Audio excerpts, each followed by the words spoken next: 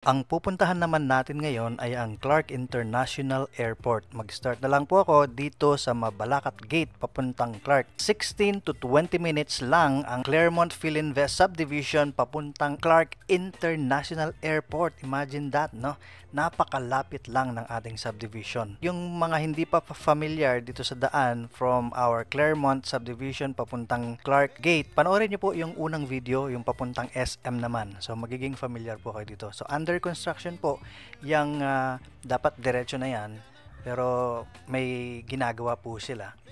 So magre-reroute lang po tayo dito. Para po doon sa atin pong mga interested na gustong makita yung atin pong subdivision, ay feel free po to message me para ma-schedule po natin yung inyo pong tripping. And kung familiar naman kayo sa subdivision and gusto na naman na kumuha ng properties doon, for reservation, yan, matutulungan ko po kayo. So ang reservation po natin ay online lang, and sa bank po ang atin pong reservation. For our lot only, 10,000. For the Bernice model na bungalow ay 5,000.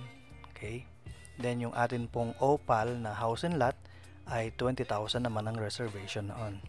So enjoy lang po tayo sa atin pong biyahe from Clark Main Gate hanggang doon sa International Airport. Dito ko na po ipapakita yung loob ng airport hanggang doon sa parking na lamang po tayo. So at least kahit hindi po kayo familiar dito po sa lugar namin, kayo ay nasa Manila or sa ibang mga lugar na hindi pa familiar dito sa Pampanga lalo na, at least kahit dito sa video na to ay makita ninyo at maging familiar po kayo. Ako po si Jonathan Ryan Miclat, ang inyo pong licensed broker dito po sa Pampanga.